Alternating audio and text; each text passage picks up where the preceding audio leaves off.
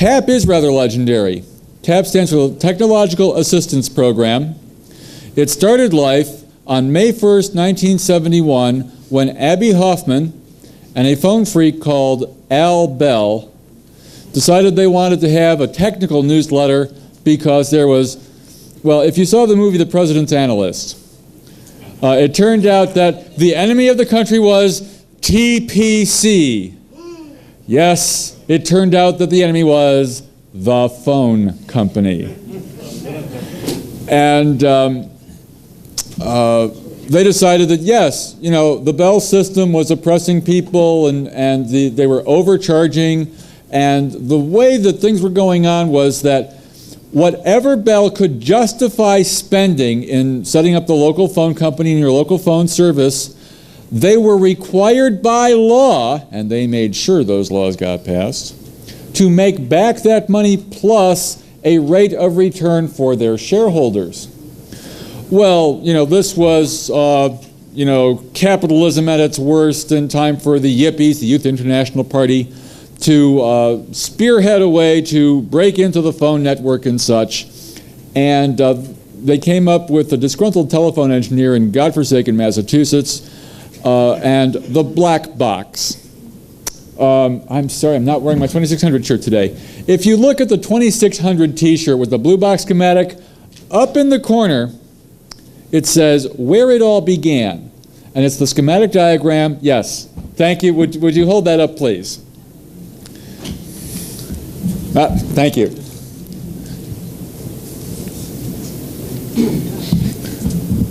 Where it all began, and it's the schematic for the black box, which gets hooked up with a little switch, and when you know your friend is calling, you throw the switch.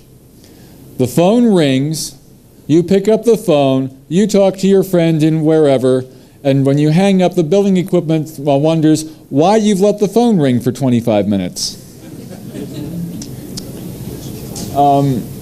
That's where it started.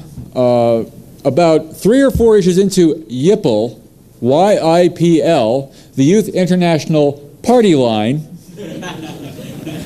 Now, many of the youngsters do not understand what a party line was in rural America. You thought this was the history of TAP. It's a little of the history of telephony. Excuse me, I must digress.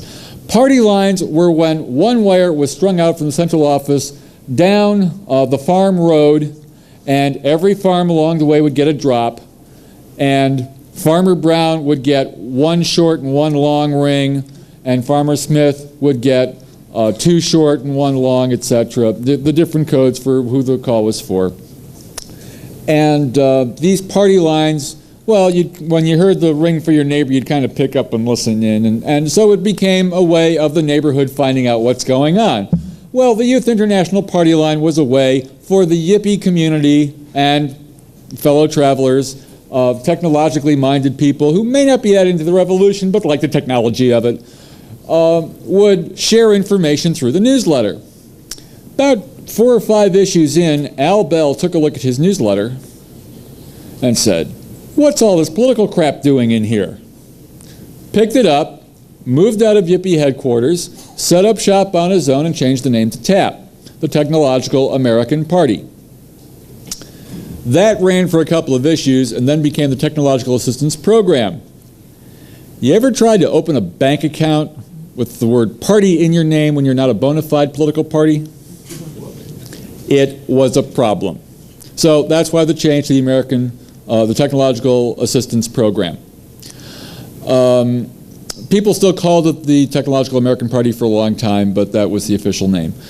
Al Bell ran the newsletter for a number of years, and then Tom Edison took over, and he ran it for another goodly number of years. And Tom was at the helm when I moved to New York City in 1976. And I'd been hopping from town to town, from upstate New York where I lived to the Boston, Massachusetts area where I lived for a while, and seeing TAP now and then and subscribing now and then I moved to the city and resubscribed, and they say that every Wednesday you could drop by 1201 Broadway on the 7th floor, I believe it was, and come to their gatherings and help them put the thing together and this and that. And about a year later, I finally found a Wednesday free. And I went down there and met the gang and started hanging out.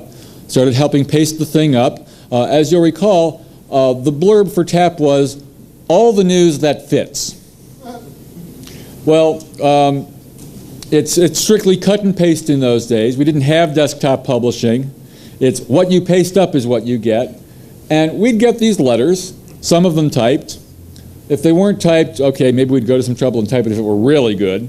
But mostly we'd take these typed in things, cut them up, lay them in to fit, reduce it down 75%, print it out on 11 by 22, fold it to 8.5 by 11, and wait until we had 2 issues to mail up and send them out. And them's were the old days. I one day was publishing an article about my activities doing something, and somebody had submitted an article on Marisat, the Maritime Communication Satellite, and how to fiddle with the voice circuits. Well, fortunately, I was there that night as Tom was pasting it up. And I noticed that my article was being put opposite this other article, and I went, oh no, I'm using a pseudonym that ComSat knows, because I've used Marisat. I hacked the telex circuits.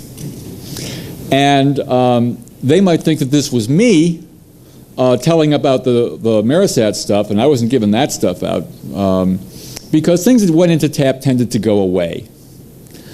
I couldn't imagine that anybody in the real world read this, of course. We probably went to more telephone security offices than Telephone Engineer and Management magazine. But after all, they could understand our stuff. And as a result, I needed a quick name change. And that's when I remembered my old high school chemistry studies when we were talking about certain chemical reactions, and I'd been reading this other thing of a book by Carroll, and came up with the name Cheshire Catalyst, and wouldn't it be nifty to use it someday? And so it came to me in the nick of time, and I just ran to the typewriter, typed it up quick, pasted it down, and ever since then I've been the Cheshire Catalyst. And of course people want to know who the Cheshire Catalyst is, and I of course tell them Richard Cheshire. And they're happy with that. Most people know that Peter Parker is Spider-Man, that Superman is Clark Kent, and a third level, strictly for privacy purposes, never occurs to people. And with the cameras rolling, that's as far as I'm going to leave it right now. The fellow from Technology Illustrated put it the best. Richard Cheshire isn't his real name. In fact, it's not even his real pseudonym. If you really want to know my real name, that's fine. Come up to me later. I'm happy to tell you individually. But when they get it off the evening news, or when they get it out of the newspaper or the magazine, and they dig up my number through directory assistance, because I keep an extra listing, and I pick up the phone and say, hey, Cheshire? I know. I know why they're calling me. I know where they're coming from. And I just, you know, fine. In the first 37 seconds, I'll probably tell them my name because it's the worst kept secret on 3 continents. It would have been 4, but my buddy forgot to mention it when he was in Australia. The thing is, when they, big, you know, them, when they read TAP, read TAP, they would worry about us. And I wanted them to know, hey, I'm not the kind of guy you've really got to worry about. Okay, some of our writers maybe you should worry about, but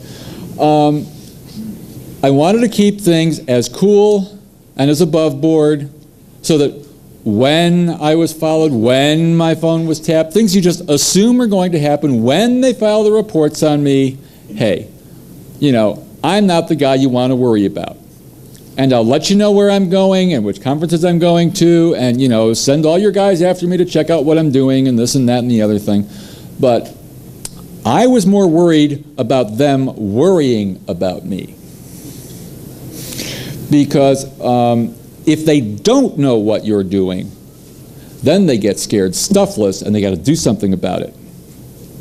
And so I would just, you know, on the phone say, oh yeah, I'm going off to that conference, you know, IEEE show or whatever, and this, that, and, you know, just would assume they're listening, assume they're following. Yeah. And every once in a while, there was proof.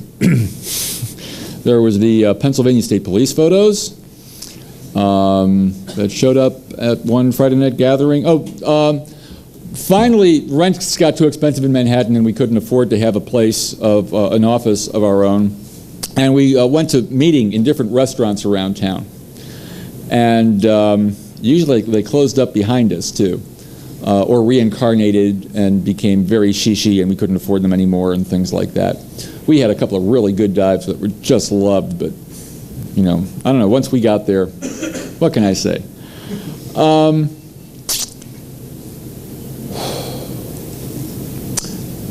It went on until Tom Edison got firebombed. He went out to an amusement park, because he's a real roller coaster freak, came home to find fire trucks, county sheriff, and it turned out that it was a really good break-in. They knew how to get in, and it was a really botched up arson. And of course, the mere speculation, this is not fact, this is mere innuendo, because this is just stuff that we think about it. But, you know, Telco usually hires a bunch of old FBI people to work in their security departments and this, that. These are people who remember people they set up, and so they know how to find break-in artists, and they may not know how to find arsonists. I don't know. Mere speculation, just blindly, wouldn't even want to attempt to throw any innuendo towards the telephone company. Or at any rate, I got the phone call from Tom and said, Cheshire, I've just been firebombed. Get your ass down here with a truck, or it's all going in the dumpster. What could I do? I got my roommate, we rented a truck, we went over, we got the stuff, we hauled it back. We hired a locker, and mostly it was half my living room. They didn't go through the house very well. Most of the tap stuff was in the basement. And they had poured some gasoline upstairs in a recreation room with all of his tapes. His reel-to-reel tapes. Yeah, these are, you know, the pre-recorded stuff, the good stuff. It was horrible. And so they poured some gasoline on the floor there, and it took out, like, his Beatles collection was the worst part that went, and some of the others, and others were saved. Downstairs in the living room, they poured it over his couch, lit, and ran. Well, the couch was close enough to the window that with the heat, it blew out the window and fed the flames. Upstairs, they never opened a window, so it flared, ate the oxygen, and died. So that's why it was a botched arson. Neighbors called the fire department, but all the tap gear was downstairs and untouched by the fire. Well, this was in the spring of '83, I think it was, or summer of '83, late spring, early summer. And it was coming up to Telecom '83, the once every 4 years huge symposium held by the International Telecommunications Union in Geneva, Switzerland. And so I was able to eke out enough of a budget that I could go over, you know, crashed with people, met people in the press room, and that was really cool too, because here, of course, I publish a newsletter so I can get press credentials. If I can get to a trade show, they'll let me in. So the hard part is the airfare. And then it's wherever I can find 6 foot of floor space for the sleeping bag or whatever. Excuse me. And we went to Geneva so that I could hang out, throw tap newsletters all over the place, throw it under the nose of the AT&T booth, say, yeah, we ain't dead yet. And that's what that was about. That actually got us some good European publicity. Now, I like to play the publicity machine the way some people like to play pinball. I admit that. And I'm a little picky about who I play the publicity machine with. National Public Radio, I'll do anything for. I love NPR. They are my primary source of news. and I love those people. Pacifica, I'll go out of my way to help them as well. TV networks. Yeah.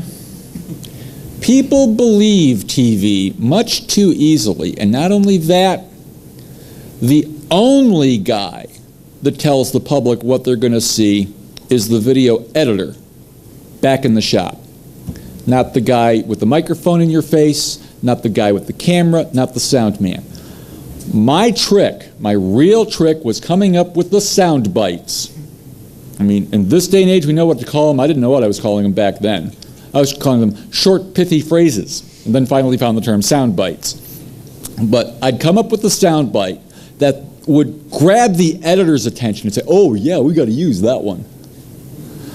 And so I would just, over the years, come up with all these different sound bites that would get the point across. The thing about how for decades IBM conned the public into believing that you had to be a member of the computer priesthood to understand computers. And of course the kids haven't been around that long, they have been brainwashed, they play with their Commodore 64s at home, they go to school, elementary school, and play with their Apple IIs, they go to middle school, work on IBM PCs, find a modem, dial out, oh, IBM 370, AS400, just another machine. And the just another machine line has been on more television sets. It's a good sound bite. But I hate taking the chance with American television. Now, overseas television, I've been on television in Italy. I was invited to Switzerland. I got to play with a video editing machine, and the fellow said, excuse me, Mr. Cheshire, but in the 15 minutes you have played with this machine, you have shown more experience than some of our people with 3 years. But it was a little, there was a keyboard to handle some of the stuff, it handled the timing, and I knew one trick about continuity, because I'd taken the tape of this Swiss-built car, it was driving through the woods, came out in the residential area, and then I spliced in a spot where we were back in the woods, and I lost my continuity. Let me get a couple seconds to just cover the fluff and got my continuity back. All right, and this, I found if you know a few buzzwords, if you pick up a couple of tricks here and there, and you toss them in where people don't really expect them, but show that you know something of what they're talking about, even if it's wrong, but you've shown that you've got interest in their area, and you know something of what is going on, and they'll fill you in with the rest. And they love it because it's their area. And, well, of course, you are only the amateur in this, and so let me tell you of my professional expertise, and go on. It's wonderful stuff. And this is, you can play this with the publicity machine, with social engineering, and all sorts of things. Got back from Geneva. We put a few more issues together. It went on for about another year. And I'm sorry, folks, I'm not a business person. This proved it. It rubbed my nose in it. And I was out of work at the time. I couldn't afford to keep that apartment, and everything went into a storage locker in Brooklyn. And it was trying to keep up the payments on the storage locker when I was offered a job in Florida. And it wasn't that big a job, and once I got there, they cut my salary on me, but it was still a fun job, and I moved there because I get to live next to the Kennedy Space Center. I like to watch things go up. All right, I admit it, I'm a space cadet. I'm a little old for it, but Tom Corbett style, not the way see, the press has manipulated words on us again. Not just hacker, but I have a black jumpsuit I wear at science fiction conventions. I call it my Space Ranger jumpsuit. I only call it Space Ranger because I'm too old to look like a space cadet. And yeah. But I'm down there and I'm helping, again, on a newsletter that we hand out to the tourists, telling them what's going up. And so that's what I'm doing these days, is spreading the knowledge in a different area of technology. Also, because I was now living in Florida, in fact, the part of Florida I'm living in, right outside the Kennedy Space Center, mind you, is an area I refer to as rural. If you don't bring your own entertainment, you got to haul off all the way to Orlando to do something decent. So I found a local ham radio club entered the novice class, got my Tech Plus. It was just technician at the time. 6 months later, they came out with a no-code license. But I'm playing with packet radio, data communications over ham radio. So I don't need to try and break into networks to get away. I get replies from Great Britain in 3 days, legally. Just outlay for some equipment. And it's been some fun times. Well, some of them may not seem so fun, but they were sure interesting. There was the 8-hour shift I pulled in Oakland after the earthquake, about a week after the earthquake. That gave me time in grade when Andrew came around, because that made me the only ham in Pinellas County with actual disaster experience. So I got to lead the 10-man team down to Homestead. And that was interesting stuff. FEMA was down there. They had a couple of semis full of gear. You walked into Homestead Field Hospital, which 2 weeks before had been the Homestead Senior Center. You picked up a phone on their little PBX. You punched 9. It went out to the truck, up to Telstar 601, down to Maryland, and gave you a Maryland dial tone. It was slick. That truck had everything from DC to light. And it was slick. So I've still been able to play with the tech stuff. I keep going down to my AT&T phone center store and harassing them as to when I can get an ISDN. And when they go, ISDN, what's that? Oh, it stands for I still don't know. And then I say, well, actually, it's Integrated Services Digital Network. And then I try to educate them so that somewhere down the line when they go to a seminar, that's what that bearded weirdo was talking about. And, hopefully have given them enough interest that some customers out there might want to know. So that pretty much covers what I did, what I've been doing, and can I take any questions? Yes? Are you ever going to write a book that is a compendium of all of your back issues plus your life experiences so that maybe makes into a movie, sounds like? Lady, it's a comic book first, believe me. No, I wouldn't even call it that. This one ain't graphic. This is pure comic book. Pardon? Oh, the question was, would I compile all the back issues of TAP with my personal experiences into a book? Now, I will say that I have dreamed about putting out all the issues as a book. I have even gone so far as to find out a couple of publishers that do some paper cover stuff that wouldn't be that expensive, because it's not like I'm out to make the high-priced book so I can make the bucks. My whole thing has always been spread the knowledge, get the word out. Do it as cheap as I can afford to do it to get it out. But ladies and gents, we're talking, it's 10 years since the newsletter died. The good information is at least 20 years old. The stuff you're looking for is either dead, dying, or is of pure historical interest only. But you're not the first one to ask. There is enough interest that I could probably put out the book, and I'll tell you, I am thinking about it. Yes? Are you aware of all the people that surfers all over the country trying to solve patent back issues? Yes. A couple of them I'm pissed about. And I've actually thought about going after them. Because the one thing I didn't lose when I couldn't afford the payments on the locker in Brooklyn and they auctioned it off, and I'm afraid it's all gone. But some stuff got taken to Florida with me. And one of them was the corporate seal for the corporation that was TAP. So, if I really wanted to push it, yeah, I could go after them. But then I wouldn't be getting the knowledge out. So I know those guys are out there. I know they're making a buck on it, okay? But if people are, in my estimation, foolish enough to spend that much money for information that's that old and decrepit, if they really want the information that badly, I'll let them go to those guys. and get it. That's my take on it. Yes? I seem to remember seeing an electronic issue once. I was wondering whatever happened to that.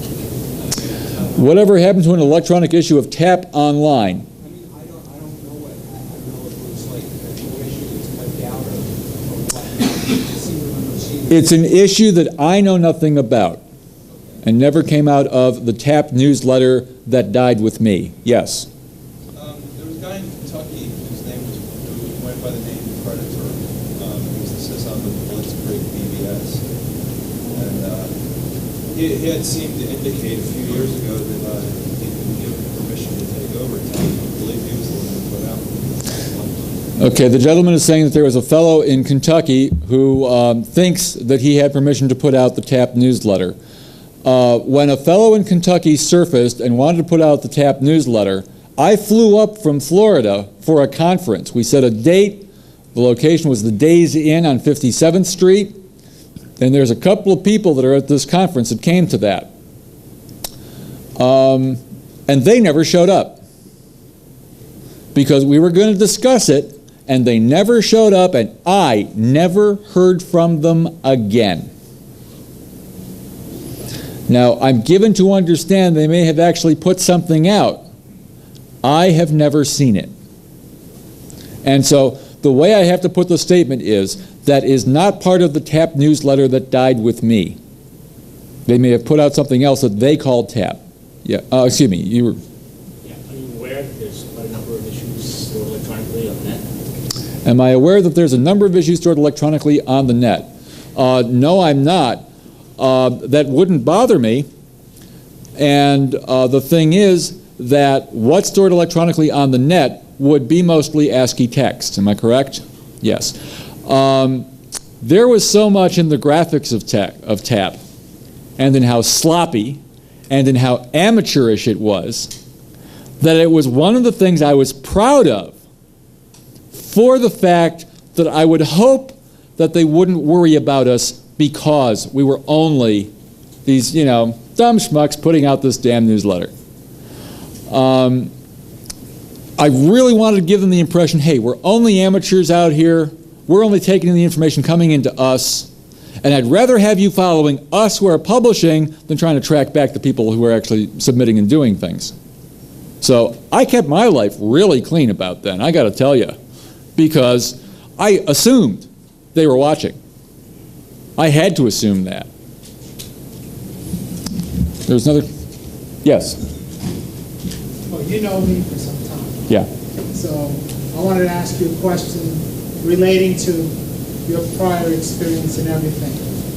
What do you think the future has in store for the people here who are still interested in hacking? Where should they focus their energies to? Okay, he wants my perspective on the future, where the people here should put their energies for the future.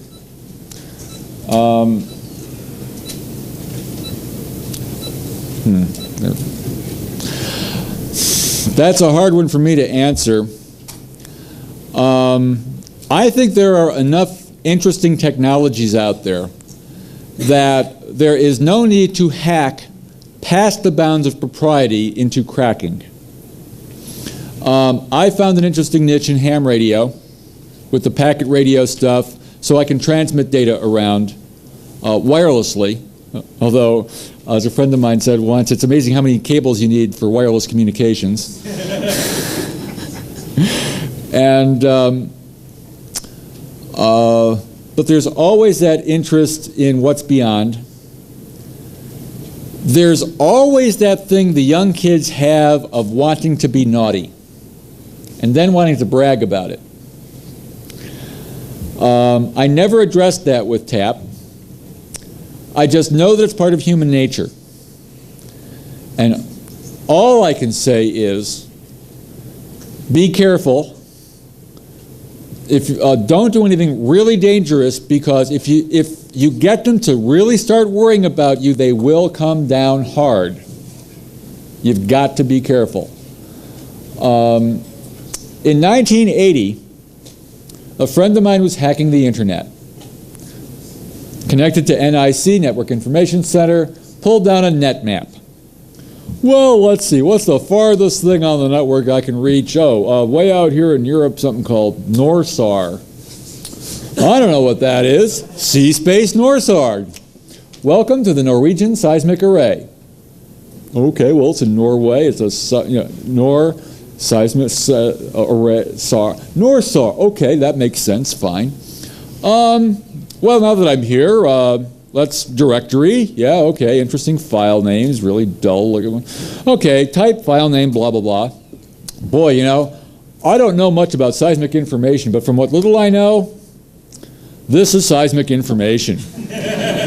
Dull. Boring. Oh, that looks like a latitude longitude. Okay, so I'll pull out my world atlas and I'll look it up here in the Soviet Union, and isn't this the area where the nuclear underground...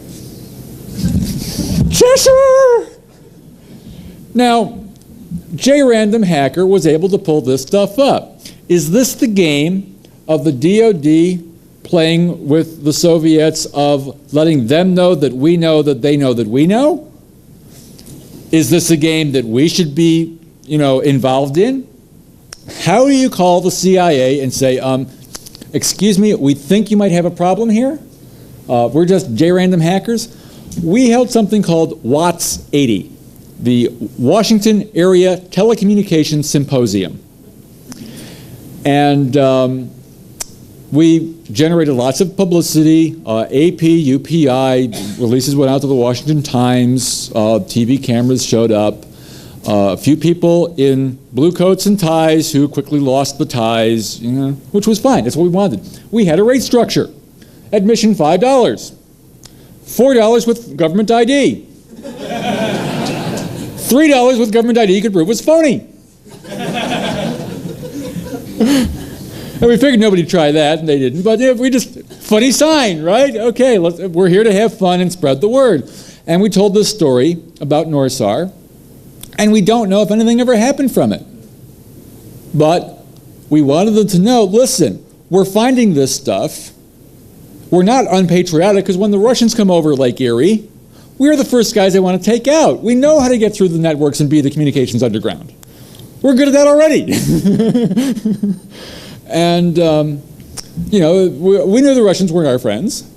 I mean, yeah, we're long-haired, scraggly, you know, and you think we're all communists, but, you know, we threw out the politicians back when we changed from Yipple to TAP. You know, come on, we're technos. The really paranoid can't get over this fact that we're being so friendly and trying to help them and what have you. But, you know, why are they being so friendly, you know? So, but when we were faced with what we thought was a dilemma, we did it in the most public way we could to just, again, share the knowledge that it could be done, that it was hackable. And I really think the TAP and 2600 today, it's their TAP on the underground, let's face it. And in fact, I almost marketed TAP that way.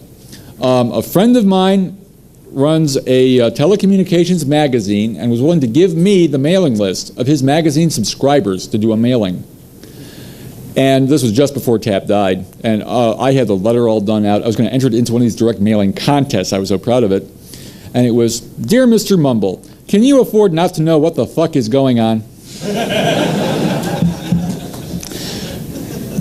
The first line was designed to either shut him right down and throw the thing in the trash, or he was hooked. And, you know, I have fun crafting that kind of wordsmithing, but the business side of the house is not where I come from. Never has been. I've learned my lesson well. I'm sorry. TAP was lots of fun. The Friday night gatherings at restaurants is being carried on once a month on the first Friday of the month in cities all over the country with the 2600 gatherings. And I'm sorry I live too far from one. And I've been out of it for so long, I'm not even sure I want to start one in my local area. I'd be afraid who'd show up just because it was me. 904? What area? I'm in 407. Yeah. My closest meeting is over in Clearwater. And what's worse is, for a year, I lived about 6 blocks from the mall where that meeting is held. Anyway, I think that about handles that. More questions, please? Thank you very much. Appreciate it.